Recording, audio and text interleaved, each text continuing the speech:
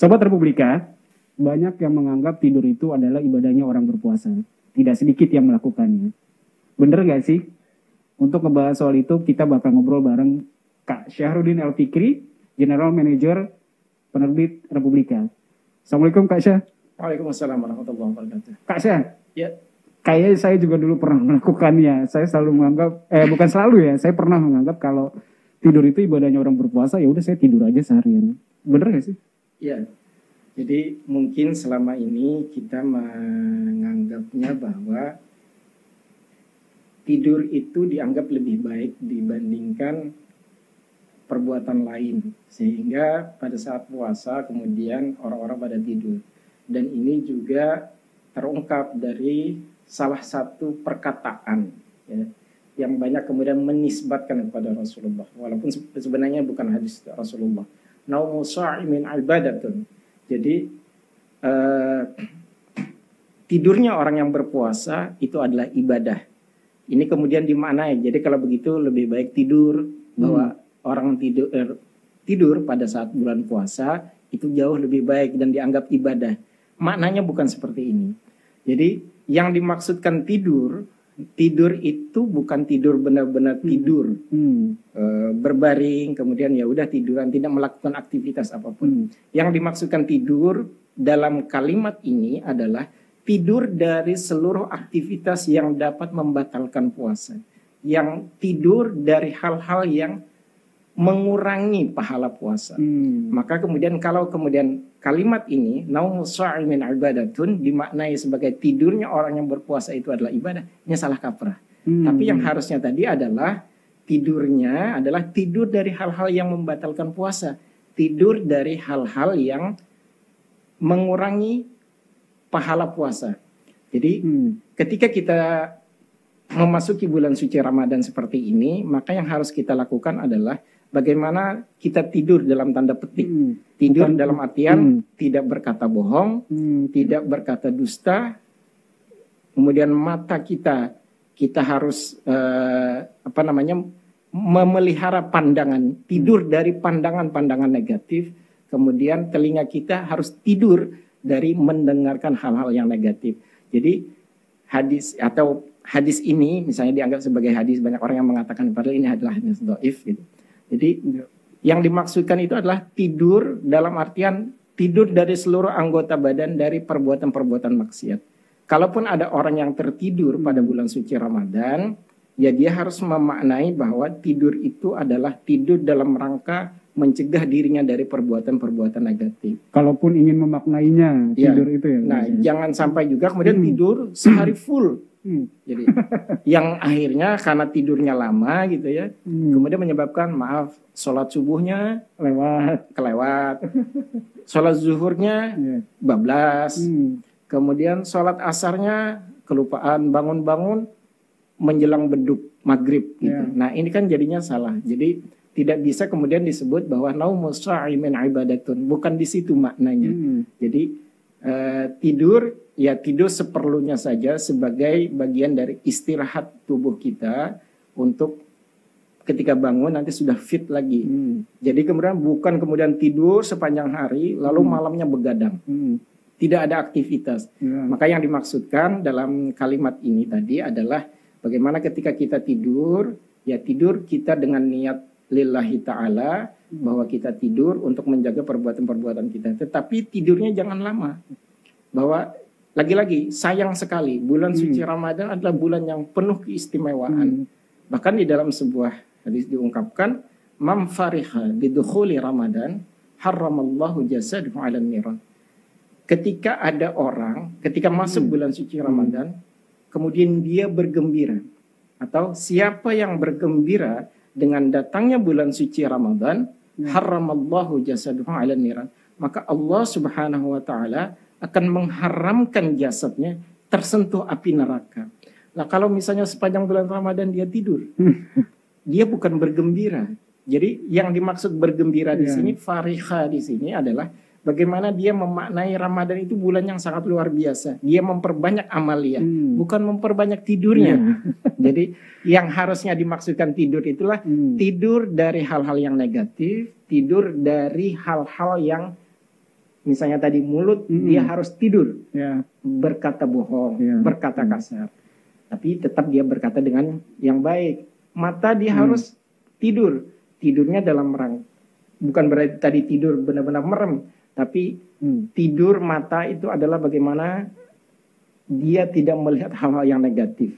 Kemudian telinga juga demikian gitu. Ya. Dari mendengarkan hal-hal yang tidak enak, yang tidak bermanfaat. Itu yang harus dimaknai. Kita tidurkan anggota badan kita dari hal-hal yang negatif itu. Harusnya memaknai naumus min ibadatun itu adalah seperti itu. Tapi kalau kita ngebahas secara derajatnya sendiri, hadisnya pun sebenarnya doif ya. Doif gitu. Tapi kalau memang mau memaknainya ya secara baik, ya seperti itu tadi yang Kak Syah bilang. Yang dimaksudkan dengan tidurnya itu adalah tadi tidur menjaga dari hal-hal yang negatif. Ini kan ada contoh bahwa walaupun peristiwanya di luar bulan suci Ramadan gitu. Jadi ada orang yang kemudian tertidur di sebuah masjid gitu. Nah, orang alim yang tertidur gitu. Kemudian atau orang yang berilmu. Lalu yang satunya melaksanakan ibadah. Ternyata maaf, setan-setan atau iblis ini takut tidak jadi menggoda orang yang beribadah. Tetapi karena dia lebih takut dengan orang yang tertidur, orang alim yang tertidur. Nah, di sini kemudian jangan kalau gitu dia tidur saja daripada melaksanakan ibadah. Nah, kapan kita mau bergembira menyambut datangnya bulan suci Ramadan? Rasulullah SAW bersabda, "Lau ta'lamu ummati ma fi Ramadan, la tamannau an takuna sanatu kulluha Ramadan." Seandainya kata Rasulullah, umatku ini mengetahui betapa istimewanya bulan suci Ramadan, maka mereka akan berharap sepanjang tahun kulluha Ramadan. Sepanjang tahun ini Ramadan. Jadi tidak ada bulan-bulan yang lain, maunya Ramadan saja. Karena lagi-lagi bahwa pahala ini sangat besar. Pahala akan dilipat gandakan. Membaca Al-Quran akan dilipat gandakan. Bersolawat akan dilipat gandakan. Kemudian bertasbih akan dilipat gandakan. Begitu juga dengan ibadah sholatnya. Jadi banyak hal yang harus kita maksimalkan. Bukan sebaliknya, ketika bulan suci Ramadan kita malah memperbanyak tidur. Justru ini yang terbalik gitu. Yang salah kaprah kita memaknainya gitu. Jadi maksimalkan. Kepada sahabat Republika, sobat Republika, kita semuanya harus memaksimalkan momentum bulan suci Ramadan ini untuk memperbanyak amaliyah penuh berkah di bulan suci Ramadan. Bukan sebaliknya, justru memperbanyak tidurnya gitu. Malah memperbanyak tidur ya. Tapi ada juga yang beranggapan memang ini di luar dari pemaknaannya juga yang menganggap kalau tidur itu ya mencegah kita dari perbuatan yang buruk, misalnya tidur beneran ya maksudnya, daripada nanti ngomongin orang atau apa. Ada yang berdalih seperti itu tuh gimana? Ya, itu betul. Yang terpenting tadi adalah bagaimana ketika tidur dia tidak melupakan ibadah dia. Jadi oke, tidur, tapi tadi tidur cukup sebatas istirahat. Nggak mungkin harus tidur sepanjang waktu. Tapi malam harinya dia begadang. Nah, ini kan akan mengkhawatirkan bahwa nanti dia tertinggal waktu sholat zuhurnya, tertinggal waktu sholat asarnya. Jangan sampai di bulan-bulan lainnya dia bisa aktif melaksanakan sholat zuhur, sholat asar. Begitu bulan suci Ramadan, ketiduran gitu. Nah, ini kan sangat disayangkan. Nah, ini justru akhirnya kurang bermanfaat. Makanya kemudian tadi tidur itu seperlunya saja, karena lagi-lagi ini sangat disayangkan kalau bulan Ramadan ini berlalu begitu saja. Kita tidak mungkin atau belum tentu berjumpa kembali dengan Ramadan tahun berikutnya. Bagaimana dengan sunnah tidur ba'da zuhur atau sebelum zuhur itu? Silakan saja kalau misalnya mau tidur dalam rangka hanya karena memang kita capek, ketika lelah gitu ya, lelah banget, ya kita bisa tidur sebentar gitu. Tapi bukan kemudian lama sekali. Tidur karena ya kan banyak yang mungkin sahabat-sahabat kita atau pendengar podcast Republika ini yang tidurnya sepanjang waktu, justru dia melupakan hal-hal yang wajib. Oke, kalau misalnya tidur itu dianggap ibadah sunnah yang dalam bulan suci Ramadan, tetapi tadi jangan sampai dia melupakan ibadah-ibadah wajibnya. Atau tidur setelah subuh, kemudian dia baru bangun menjelang sholat zuhur. Apakah ini juga bagus? Ya, Artinya dia tetap melaksanakan ibadah sholatnya. Tetapi mungkin ada hal-hal juga yang dia menjadi terlupakan. Misalnya, kalau dia tidur, terus kapan dia mau bekerja? Ya. Kalau seorang suami, dia punya kewajiban bekerja untuk menghidupi, menafkahi keluarganya, istrinya, kemudian anak-anaknya. Atau kalau sekarang kerja di rumah ya bahasanya sekarang. Kalau sekarang, iya. Jadi bagaimana justru kalau dia tertidur di situ, terus mau kapan dia menafkahi? Hukum menafkahi di sini adalah wajib. Ya. Jangan sampai sesuatu yang wajib kita kalahkan dengan hal-hal yang sunnah. Ini juga menjadi salah kaprah. Sama juga, ada orang yang sholat zuhur nanti saja kita tunda-tunda. Ini kan sebenarnya lebih baik di awal waktu. Tapi kemudian dia tunda-tunda karena dia lagi mengaji, misalnya sayang nih. Nah, dipaksakan. Ini kan juga kurang benar gitu. Jadi harusnya ya ketika hal yang wajib, ya itulah yang harus didahulukan. Jangan sampai karena tadi mengejar sesuatu yang dia dalam upaya mencegah dirinya dari perbuatan-perbuatan dosa, lalu dia mengabaikan hal-hal yang wajib yang harusnya dia lakukan. Kalau ini yang dia lakukan justru kebalik gitu. Jadi harusnya ibadah wajib tetap harus didahulukan. Tadi habis subuh dia tidur, bangun katakan pukul 11. Ya. Terus dia mau kapan sholat duhanya? Ya. Nah, itu kan artinya sangat disayangkan. Banyak yang bisa dimaksimalkan di bulan Ramadan untuk nyari pahala. Betul. Jadi bagaimana kita memupuk pahala kita yang sangat luar biasa di bulan suci Ramadan ini, yang pastinya Allah Subhanahu wa taala akan melipat gandakan ibadah kita sepanjang bulan suci Ramadan gitu. Bukannya tidur dilarang sebenarnya kami saya, tapi bagaimana mengelola waktu untuk tidur. Jadi yang penting malam itu dikelola. Jadi bulan suci Ramadan ini kan banyak sekali manfaat atau hal-hal yang bisa kita lakukan untuk memupuk amaliyah kita sepanjang bulan suci. Tadi juga misalnya ketika kita bertasbih atau kita tersenyum kepada yang lain, itu kan juga bagian ibadah, bagian dari sedekah, tersenyumnya. Lah kalau kita tersenyum saja sudah luar biasa ibadahnya, menyenangkan hati orang, kenapa kemudian kita malah tidur? Nah, kalau misalnya ada orang yang dia memperbanyak zikir, ya ibadah dia pasti lebih banyak daripada orang yang tertidur. Nah, ini kan pahalanya justru mengurangi dia gitu, mengurangi pahalanya dia gitu. Jadi sangat disayangkan.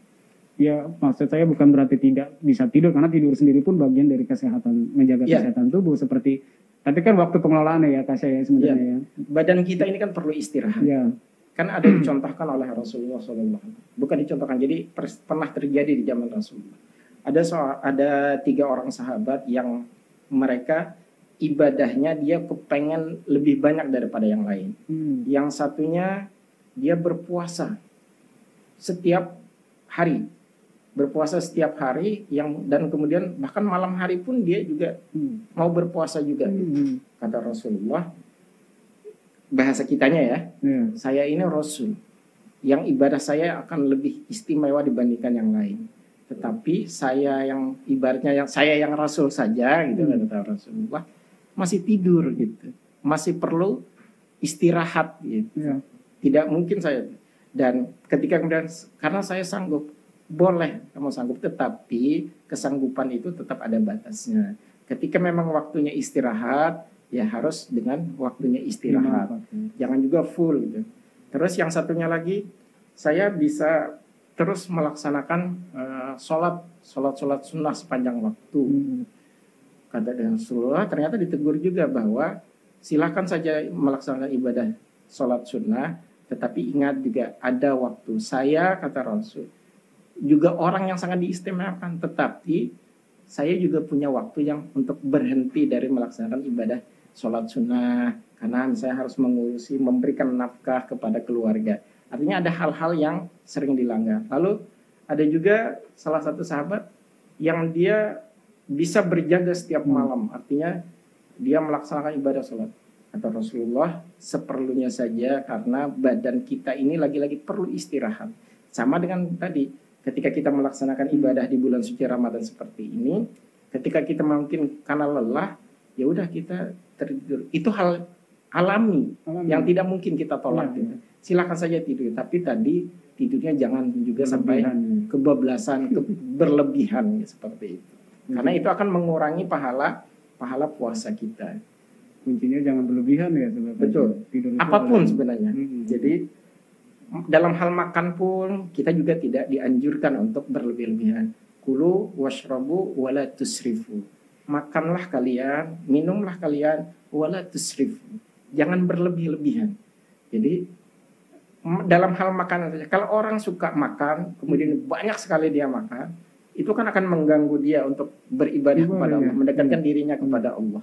Aduh, gara-gara makan banyak, saya jadi susah nih ke bergerak atau mau ibadah juga susah. Malas kemudian dia banyak minum, akhirnya perutnya kembung, malah dia tidak sempat ke masjid misalnya. Nah, itu kan juga sangat disayangkan. Jadi kulu washrabu wala tusrifu. Silahkan saja melakukan makan, minum, berpakaian yang indah-indah dipersilakan.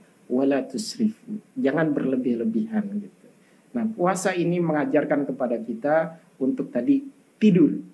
Tidur dalam rangka menjaga hal-hal yang berlebih-lebihan. Tidur jangan berlebih-lebihan. Tidur tanda kutip ya tadi. Ya, jadi tidur jangan berlebih-lebihan. Kemudian perbanyaklah ibadah-ibadah sunnah di luar hal-hal yang wajib. Karena lagi-lagi ini adalah bulan yang sangat istimewa, sangat disayangkan kalau kita malah menyia-nyiakannya. Karena kita tidak tahu apakah kita panjang umur sehingga bisa bertemu kembali dengan Ramadan tahun depan. Kalau misalnya ini adalah Ramadan terakhir, maka kita berupaya untuk maksimal bisa beribadah secara maksimal juga di bulan Ramadan kali ini. Oke. Terima kasih banyak Kasya. Itu bahasan Sama-sama. kita soal tidur. Insya Allah ke depannya kita akan membahas lagi hal-hal yang sering jadi pembicaraan di bulan Ramadan. Buat teman-teman yang mau kasih masukan, kritik atau saran, silakan kirim ke sini, newsroom@rol.republika.co.id. Semoga informasi ini bermanfaat, teman-teman tetap semangat beribadah. Semoga kita terus diberikan kesabaran, kekuatan untuk melewati ujian ini, Kak Syah. Amin. Amin. Dan semoga kita selalu dimudahkan dalam beribadah dan selalu dilindungi oleh Allah Subhanahu wa taala. Terima kasih. Assalamualaikum warahmatullahi wabarakatuh.